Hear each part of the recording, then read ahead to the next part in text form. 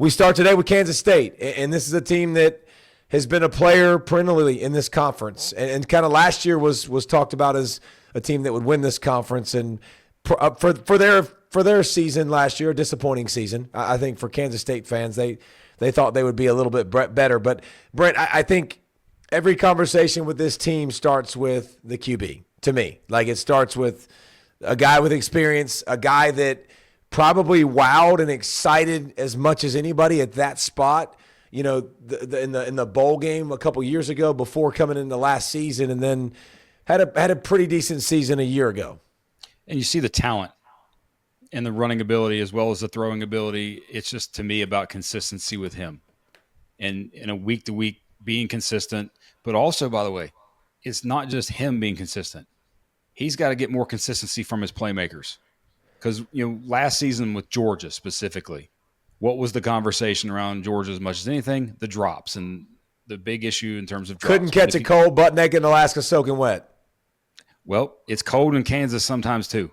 And that was the same thing in Manhattan because Carson Beck wasn't, in terms of drop percentage of throws that were dropped, it wasn't Carson Beck that was first in the Power Four. Avery Johnson had the highest drop percentage. 11.9% of his attempts last year dropped. So consistency from him and then consistency from the playmakers. And I think if you see the combination of that, you're going to see a Kansas State team that rises and puts itself in potentially the Big 12 title game.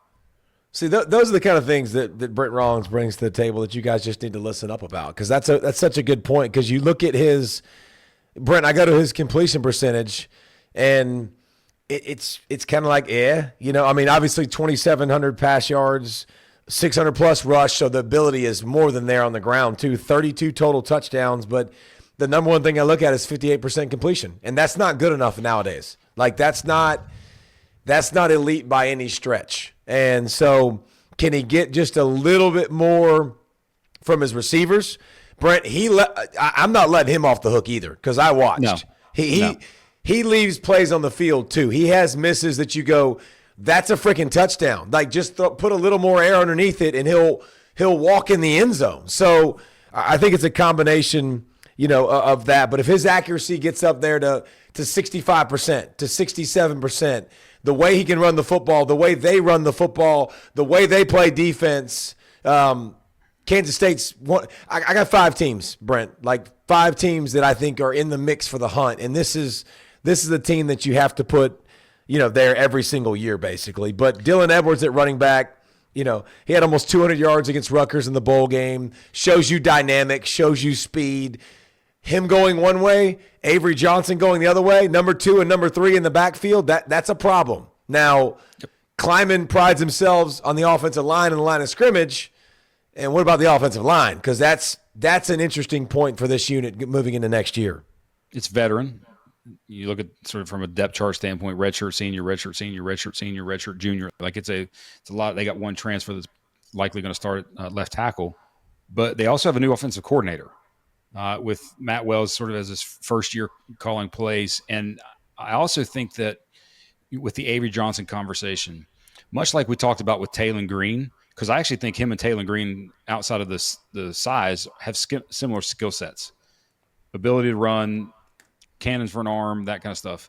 Much like we talked about with Green and Petrino, helping the QB with some layups and screen usage, things like that.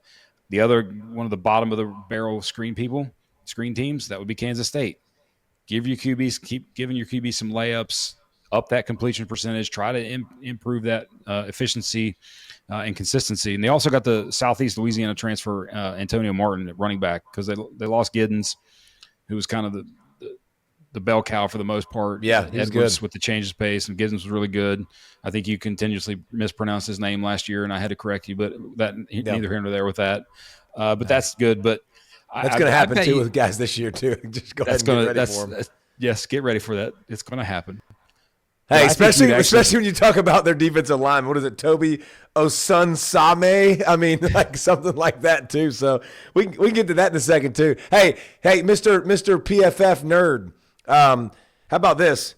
Looking at this and the losses last year during this regular season, Arizona State, Houston, BYU.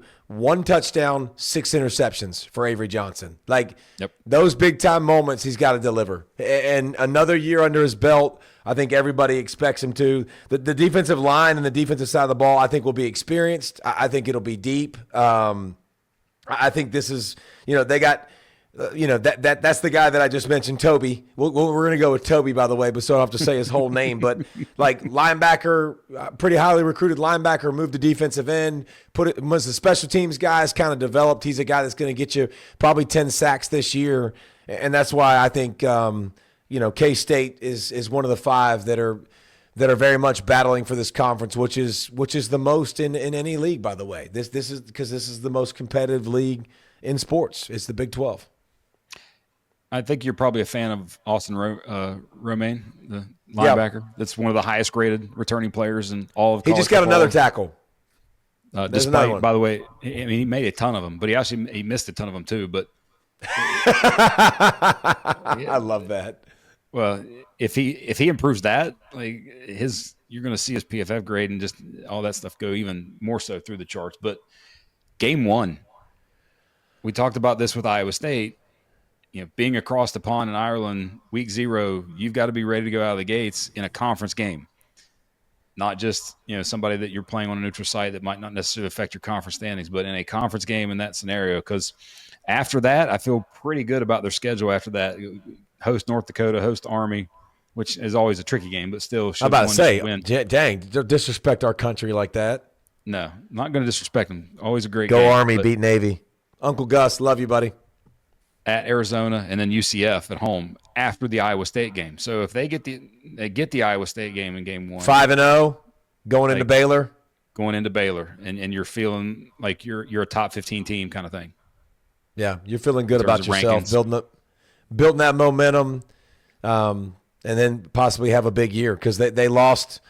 This is the team that they don't get blown out very often. They're in all of their games. They're competitive. They're tough.